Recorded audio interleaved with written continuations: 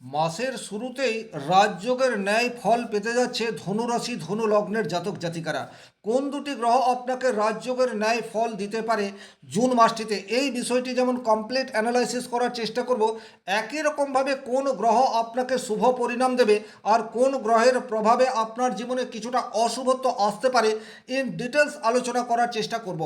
9টি গ্রহকে নিয়েই আমার এই আলোচনা থাকবে এবং যে গ্রহের দশা অন্তর্দশার মধ্যে দিয়ে আপনি যাচ্ছেন সেই গ্রহের পজিটিভ হোক অথবা নেগেটিভ হোক পরিণাম আপনার জীবনে বেশি মাত্রায় আসবে, এই বিষয়টি কিন্তু নির্দ্বিধায় বলে দেওয়া যায়।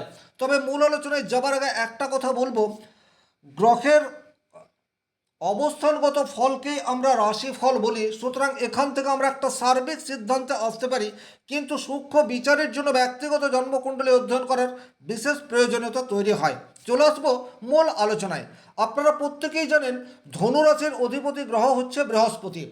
মাসের শুরুতে অর্থাৎ 2 জুন দেবগুরু বৃহস্পতি মিথুন রাশি ত্যাগ করে কর্কট রাশিতে প্রবেশ করবে। কর্কট রাশি ধনু রাশি থেকে 8 নম্বর রাশি। জ্যোতিষশাস্ত্রে 8 নম্বর ঘরকে যে খুব একটা শুভ বলে আখ্যায়িত করা হয়েছে তা কিন্তু নয়, কিন্তু যখনই রাশির অধিপতি গ্রহ বা লগ্নাধিপতি বৃহস্পতি আপনার অষ্টম ঘরে গিয়ে অবস্থান করবে, তখন অষ্টম ভাবের বা অষ্টম ঘরের যে নেগেটিভিটি সেটাকে কিন্তু অনেকাংশে দূর করার চেষ্টা সেটা করতে থাকবে। তাহলে কি কি বেনিফিট আপনি পেতে পারেন দেবগুরু বৃহস্পতি অষ্টম ঘরে উচ্চস্থ হওয়ার জন্য?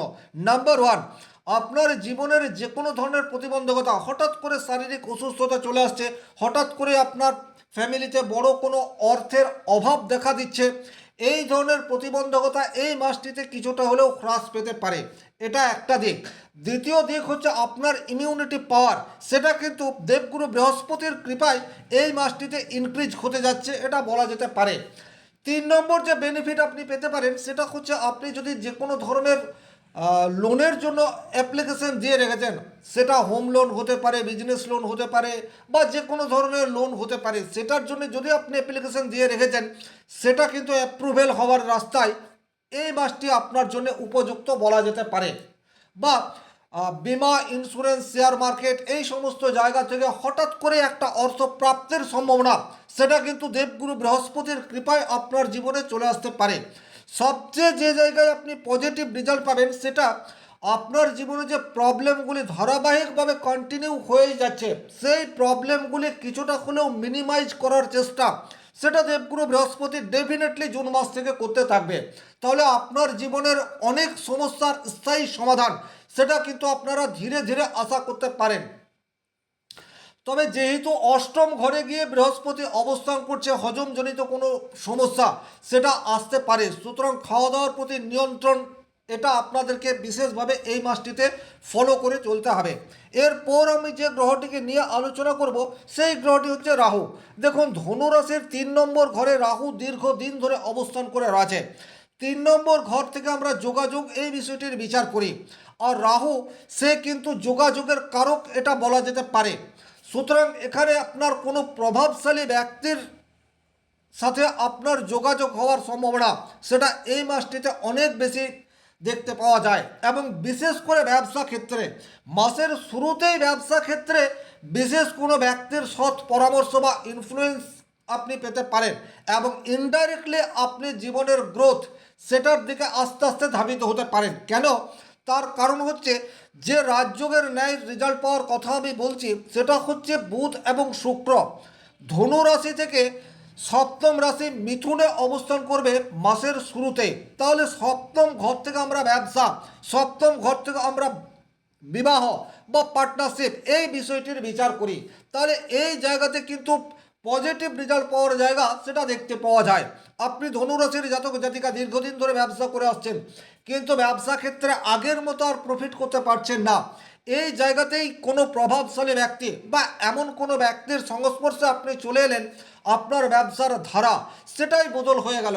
আপনি যেভাবে যে গতিতে ব্যবসা করছিলেন সেটার মধ্যে একটা পরিবর্তন চলে এলো, এবং এই যে পরিবর্তন আসার সূচনা সেটা কিন্তু মাসের শুরুতেই হতে পারে, এবং এর সুফল আপনি দীর্ঘদিন ভোগ করতে পারেন। তাহলে ব্যবসা ক্ষেত্রে লক্ষ্মীনারায়ণ যোগের শুভ প্রভাব আর্থিক আনুকূল্য এই বিষয়টাকে ইনক্রিজ করতে পারে। দ্বিতীয় যে জায়গায় বেনিফিট হতে পারে সেটা হচ্ছে বিবাহ। যে সমস্ত ধনুরাশি ধনুলগ্নের জাতক জাতিকাদের সময় হয়ে গেছে অথচ বিবাহ হচ্ছে না, বা বলা যেতে পারে কোনো সম্বন্ধই আসছে না, আপনি যথেষ্ট চিন্তায় রয়েছেন। এই মাসটির শুরুতেই আপনাদের কাছে কোনো সুসংবাদ আসতে পারে। বিবাহ হয়ে যাবে আমি এমন কথাটি বলছি না, কিন্তু বিবাহের কোনো সম্বন্ধ সেটা আপনাদের এই মাসে আসতে পারে। তার কারণ তৃতীয়ভাবে যে রাহু রয়েছে, রাহু সে কিন্তু যোগাযোগের কারক গ্রহ, এবং সপ্তমভাবে বুধ শুক্র যোগ, এই যে কম্বিনেশন সেটা কিন্তু আপনাকে কোনো একটা সম্বন্ধের দিকে এগিয়ে নিয়ে চলে যেতে পারে। তাহলে যারা আশাহত হয়ে পড়েছেন তারা কিন্তু পুনরায় উজ্জীবিত হয়ে মাসের শুরুতে একটু চেষ্টা করতে পারেন। হঠাৎ করে কোনো সম্বন্ধ আসার জায়গা সেটা তৈরি হতে পারে। শুক্র হচ্ছে আপনার রাশি সাপেক্ষে একাদশ ঘর এবং ষষ্ঠ ঘরের অধিপতি। ষষ্ঠ ঘর থেকে আমরা পরিশ্রম এই বিষয়টির বিচার করি, আর শুক্র সে কিন্তু কায়িক পরিশ্রম এই বিষয়টিকে খুব একটা প্রায়োরিটি দেয় না। নিজের বিবেক বুদ্ধি চেতনাকে কাজে লাগিয়ে উপার্জন করার চেষ্টা সেটা শুক্রের মধ্যে দেখতে পাওয়া যায়। সুতরাং সেই সমস্ত কাজ যেখানে পারফেকশন যত বেটার হবে আপনি তত বেশি অর্থ উপার্জন করবেন, অর্থাৎ আপনার প্রেজেন্টেশন করার ক্ষমতা সেটা কিন্তু ইনক্রিজ হতে যাচ্ছে। তৃতীয়ত, মাসের 9 তারিখ পর্যন্ত শুক্র যেহেতু আপনার একাদশপতি, সুতরাং কোনো সহৃদয় বন্ধু বা বান্ধবী বা বড় দাদা বড় দিদি এই সমস্ত ব্যক্তির কাছ থেকে কোনো হেল্প সেটা আপনি পেতে পারেন। এই মাসটিতে যদি আপনাদের কোনো সুপার কম্পিটিশন থাকে এবং সেটা যদি মাসের 9 তারিখের মধ্যেই হয়, তাহলে কিন্তু সেই সুপার কম্পিটিশন ক্র্যাক করার প্রবাবিলিটি সেটা কিন্তু আপনাদের যথেষ্ট তীব্র, এ বিষয়টি কিন্তু বলা যেতে পারে। বিশেষ কোনো নারীর সান্নিধ্যে আপনার ভাগ্য উন্নতি হওয়ার জায়গা সেটাও কিন্তু মাসের শুরুতেই আপনাদের জীবনে চলে আসতে পারে। তাহলে যাদের যাদের জন্মকুণ্ডলিতে বুধ শুক্র স্ট্রংলি রয়েছে, বা এই দুটি গ্রহের মধ্যে কোনো একটি গ্রহের দশা অন্তর্দশার মধ্যে দিয়ে যাচ্ছেন, তারা মাসের শুরুতেই কোনো সুসংবাদ সেটা কিন্তু পেতে পারেন। এরপর যে গ্রহটিকে নিয়ে আলোচনা করব সেই গ্রহটি হচ্ছে শনিদেব। ধনুরাশির জন্য শনি কিন্তু অত্যন্ত যোগকারক গ্রহ। তার কারণ হচ্ছে শনিদেব 2 নম্বর ঘর এবং 3 নম্বর ঘরের মালিক, আর ধনুরাশির সাপেক্ষে দেখলে শনি বর্তমানে 4 নম্বর ঘরে অবস্থান করে রয়েছে। তাহলে 4 নম্বর ঘর থেকে আমরা আমাদের বাড়ি বা বাস্তু বা ল্যান্ড, মা, শিক্ষা এই সমস্ত কিছুর বিচার করি। তাহলে ডাইরেক্টলি হোক অথবা ইনডাইরেক্টলি হোক আপনারা যদি এই সমস্ত কাজের সাথে যুক্ত হয়ে রয়েছেন, সেক্ষেত্রে কিন্তু বাড়তি উপার্জন হওয়ার জায়গা সেটা তৈরি হয়ে রয়েছে। এই যে বাড়তি উপার্জন হওয়ার জায়গা বলছি, তার কারণ হচ্ছে বর্তমান সময়ে দেবগুরু বৃহস্পতির নবম দৃষ্টি শনিদেবের উপর পড়ছে। তাহলে এতদিন পর্যন্ত অর্থাৎ দীর্ঘদিন ধরেই শনি ধনুরাশির চতুর্থভাবে অবস্থান করে রয়েছে। বাড়ির পরিবেশ আপনার পক্ষে নেই, মায়ের স্বাস্থ্য নিয়ে বা মাকে কেন্দ্র করে একটা জটিলতা সেটা আপনাদের তৈরি হয়ে রয়েছে। আপনি জমি কিনবো করে স্থির করে রেখেছেন বা ফ্ল্যাট কিনবো করে স্থির করে রেখেছেন, কোনো না কোনো কারণে বাধা চলে আসছে। আবার এর উল্টো, আপনার কাছে একটা ফ্ল্যাট রয়েছে বা প্লট রয়েছে, আপনি বিক্রি করতে চাইছেন, কিন্তু কোনো না কোনোভাবে বাধা সেটা চলে আসছে। কিন্তু এই বাধা এই মাসটিতে কাটতে চলেছে, তার কারণ দেবগুরু বৃহস্পতির দৃষ্টি সরাসরি শনির উপর পড়ছে। এটা কিন্তু অত্যন্ত গুরুত্বপূর্ণ একটি বিষয়। শাস্ত্রে উল্লেখ রয়েছে যখন যখন শনিদেব বৃহস্পতি দ্বারা দৃষ্ট হয় তখন তখন কিন্তু শনির অশুভত্ব হ্রাস পায়। তাহলে যাদের জন্মকুণ্ডলিতে শনিদেব ভীষণ রকম নেগেটিভ অবস্থায় রয়েছে এবং শনির দশা অন্তর্দশার মধ্যে দিয়ে যারা যাচ্ছেন, তাদের জীবনে কিন্তু বাস্তুকে কেন্দ্র করে বা শিক্ষা বা মাকে কেন্দ্র করে একটা প্রবলেম বা কর্মক্ষেত্র নিয়ে একটা প্রবলেম সেটা দীর্ঘদিন ধরে চলে আসছে। এই জায়গাতে কিন্তু পজিটিভ রেজাল্ট পাওয়ার রাস্তা সেটা তৈরি হয়ে রয়েছে, এটা আমি নির্দ্বিধায় বলতে পারি। এরপর আমরা যে গ্রহটিকে নিয়ে আলোচনা করব সেই গ্রহটি হচ্ছে মঙ্গল। এই মঙ্গল কিন্তু আপনাদেরকে বিশেষ পজিটিভ রেজাল্ট দিতে পারে। খুব ভালো করে এই জায়গাটি আপনাদেরকে বুঝতে হবে। ধনুরাশির সাপেক্ষে মেষ রাশি হচ্ছে 5 নম্বর ঘর, আর 5 নম্বর ঘরের মালিক মঙ্গল সে এখন 5 নম্বর ঘরেই অবস্থান করে রয়েছে। 5 নম্বর ঘর থেকে আমরা আমাদের বুদ্ধিমত্তা বা ইন্টেলিজেন্সের বিচার করি। সুতরাং এখন আপনি আপনার যে মস্তিষ্ক, আপনার যে ব্রেন, আপনার যে বুদ্ধিমত্তা সেটাকে যথাযথভাবে কাজে লাগাতে পারবেন, এই জায়গাটি কিন্তু খুবই গুরুত্বপূর্ণ। আমরা জীবনের অনেক সময়ে সঠিক সিদ্ধান্ত নিতে পারি না এবং অদূর ভবিষ্যতে গিয়ে দেখা যায় যে আগে আমি যে ডিসিশন নিয়েছি সেই সিদ্ধান্তটি ভুল। কিন্তু বর্তমান সময়ে যেহেতু মঙ্গল সে আপনার পঞ্চম ঘরে অবস্থান করে রয়েছে এবং পঞ্চম প্রতি মঙ্গল পঞ্চমে অবস্থান করছে, এখন আপনার ঝুঁকি নেওয়ার ক্ষমতা সেটা আগের তুলনায় বেশি এবং বর্তমান সময়ে আপনি রিস্ক নিয়ে যদি কোনো সিদ্ধান্ত নেন তাহলে সেই সিদ্ধান্ত ফ্রুটফুল প্রমাণিত হতে পারে অদূর ভবিষ্যতের জন্য। সুতরাং এখানে আপনাদেরকে কি করতে হবে, যারা কোনো একটি ডিসিশন নেওয়ার ক্ষেত্রে একটু গড়িমসি করছেন, অর্থাৎ একবার আপনি সিদ্ধান্তের পক্ষে চলে যাচ্ছেন আবার পরক্ষণেই আপনি সিদ্ধান্তের বিপক্ষে চলে যাচ্ছেন, এই ধরনের একটা হ্যাঙ্গিং পরিস্থিতির মধ্যে যারা রয়েছেন, আমি জোর দিয়ে বলতে পারি আপনারা যদি জুন মাসের 20 তারিখের মধ্যে ডিসিশন নেন সেক্ষেত্রে সেই ডিসিশন কিন্তু ইন ফিউচার আপনাকে পজিটিভ রেজাল্ট দেবে। তাহলে আপনাদেরকে একটু স্ট্রংলি ডিসিশন নিতে হবে, বিশেষ করে মনের মধ্যে কোনো ধরনের কাল্পনিক ভয় ভীতি এটা আনবেন না, বলিষ্ঠ সিদ্ধান্ত গ্রহণ করুন, তাতে করে সাকসেস রেট এটা বাড়বে। সন্তানের সাফল্য সেটা কিন্তু আপনারা মাসের শুরুতেই শুনতে পারেন। এই যে সন্তানের সাফল্য বলছে এটা যে কোনো দিক হতে পারে, সন্তানের এডুকেশন হতে পারে, সন্তানের বিজনেস হতে পারে, সন্তানের বিবাহিত জীবন হতে পারে, আলটিমেটলি সন্তানের দিক থেকে কোনো সুসংবাদ সেটা কিন্তু আপনারা মাসের শুরুতেই আশা করতে পারেন। আবার এই মঙ্গল মাসের 20 তারিখের পর ষষ্ঠ ঘরে অবস্থান করবে। এই যে যখন ষষ্ঠ ঘরে অবস্থান করবে তখন কিন্তু আপনার যে কোনো কম্পিটিশন থাকলে সেই কম্পিটিশনে উত্তীর্ণ হওয়ার সম্ভাবনাকে বাড়িয়ে দেবে। তাহলে এই জায়গাতে একটা কথা বলবো, আপনার লগ্নাধিপতি সে অষ্টমে অবস্থান করছে, অষ্টম মানেই হচ্ছে দশমের একাদশ, অর্থাৎ দশম থেকে যদি আমরা কর্ম দেখি তাহলে কর্মের একাদশে বৃহস্পতি রয়েছে, কর্মক্ষেত্রের যাবতীয় প্রতিবন্ধকতাকে দূর করতে পারে।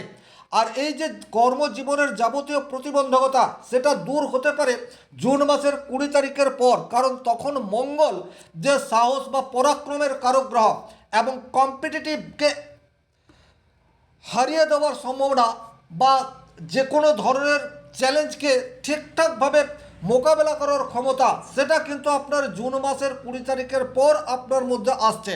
তাহলে বিগ ডিসিশন কর্মক্ষেত্রে সেটা কিন্তু আপনারা 20 তারিখের পর নিন। এমন কোনো কাজ যা দীর্ঘদিন হ্যাঙ্গিং অবস্থায় রয়েছে সেটা আমি বলবো, বা এটাও বলবো যারা অফিস পলিটিক্সের শিকার হয়ে বর্তমানে রয়েছেন তারা কিন্তু জুন মাসের 20 তারিখের পর আপনার প্রতিদ্বন্দ্বীকে বিট করার চেষ্টা করুন, আপনি সেই কাজে সাকসেস পাবেন।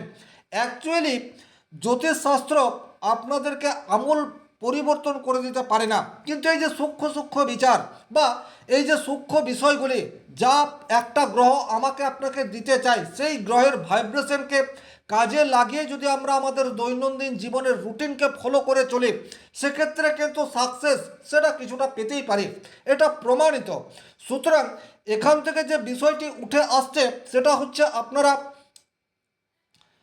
কর্মজীবনের প্রতিবন্ধকতা সেটাকে দূর করার চেষ্টা করুন, বা যে কোনো ধরনের কম্পিটিটিভ রয়েছে সেটা জুন মাসের 20 তারিখের পর সেই জায়গায় নিজেকে নিয়ে যান, সাকসেস পাওয়ার সম্ভাবনা অধিক।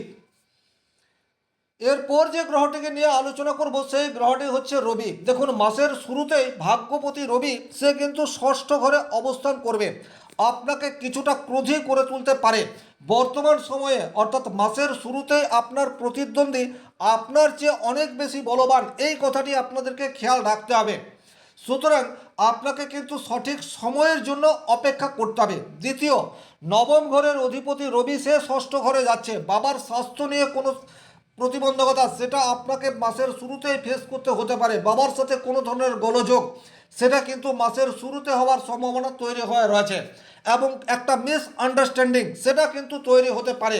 তার কারণ হচ্ছে ষষ্ঠ ঘরে রবি যেমন অবস্থান করবে একই রকমভাবে নবম ঘরে কেতু অবস্থান করে রয়েছে, সুতরাং পিতা পুত্রের মধ্যে একটা মিসকমিউনিকেশন সেটা কিন্তু তৈরি হতে পারে। এই জায়গায় বলবো আপনি বিচক্ষণতার সাথে এবং বাস্তব বুদ্ধিকে কাজে লাগিয়ে পরিস্থিতি মোকাবেলা করার চেষ্টা করুন এবং কিছুতেই হট হয়ে কোনো সিদ্ধান্ত নেবেন না, তাতে করে কিন্তু আপনি সঠিক সিদ্ধান্ত নিতে পারবেন এবং সমস্যা যদি আসেও সেই সমস্যাকে আপনি কিন্তু নিজের চেষ্টায় মিনিমাইজ করতে পারবেন।